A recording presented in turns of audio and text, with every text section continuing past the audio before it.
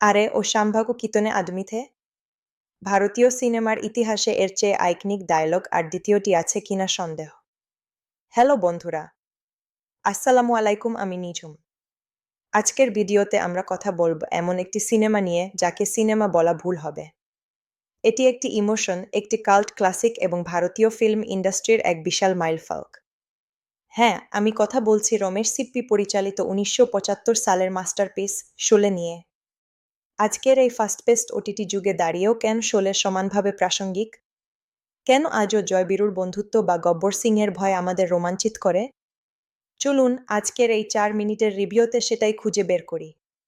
গল্পটা আমাদের নিয়ে যায় রামগড় নামের এক কাল্পনিক গ্রামে, যেখানে ডাকাত সর্দার গব্বর সিংয়ের ত্রাসে গ্রামবাসীরা ভীতসন্ত্রস্ত।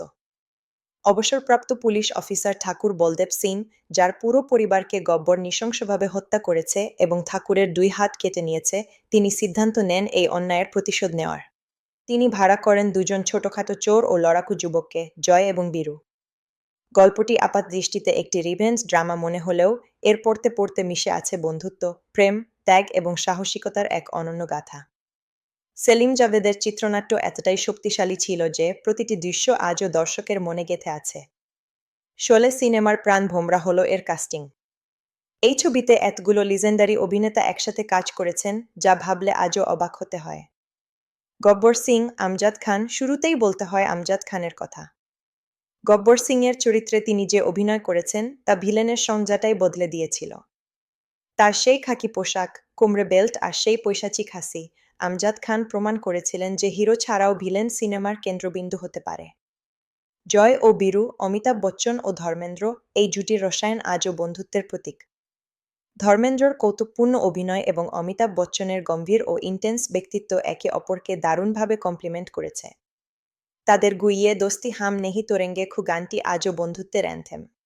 ঠাকুর বলদেব সিং, সঞ্জীব কুমারের অভিনয় ছিল অত্যন্ত নিয়ন্ত্রিত কিন্তু শক্তিশালী। হাত না থেকেও কেবল চোখের ভাষায় এবং গলার স্বরে তিনি যে জিঘাংসা ফুটিয়ে তুলেছিলেন তা অনবদ্য। বাসন্তী ও রাধা, হেমা মালিনী ও জয়া বচ্চন, বকবক করা টাঙ্গেওয়ালি বাসন্তীর চরিত্রে হেমা মালিনী ছিলেন প্রাণবন্ত। অন্যদিকে জয়া বচ্চন রাধার চরিত্রে ছিলেন একদম শান্ত।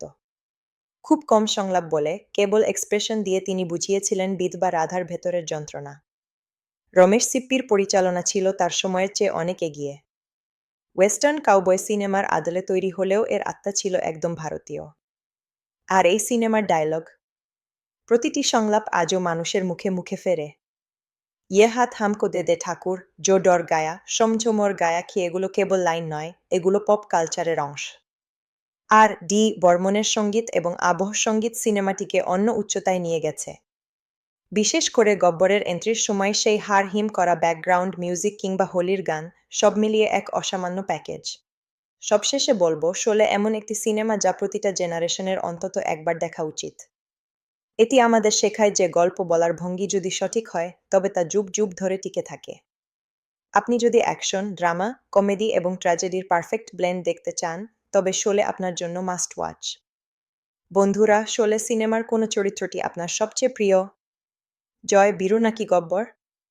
কমেন্ট করে অবশ্যই জানাবেন। ভিডিওটি ভালো লাগলে লাইক দিন এবং বন্ধুদের সাথে শেয়ার করুন। এমন আরও অথেন্টিক রিভিউ পেতে আমাদের চ্যানেলটি সাবস্ক্রাইব করতে ভুলবেন না। দেখা হচ্ছে পরের ভিডিওতে। আল্লাহ হাফেজ।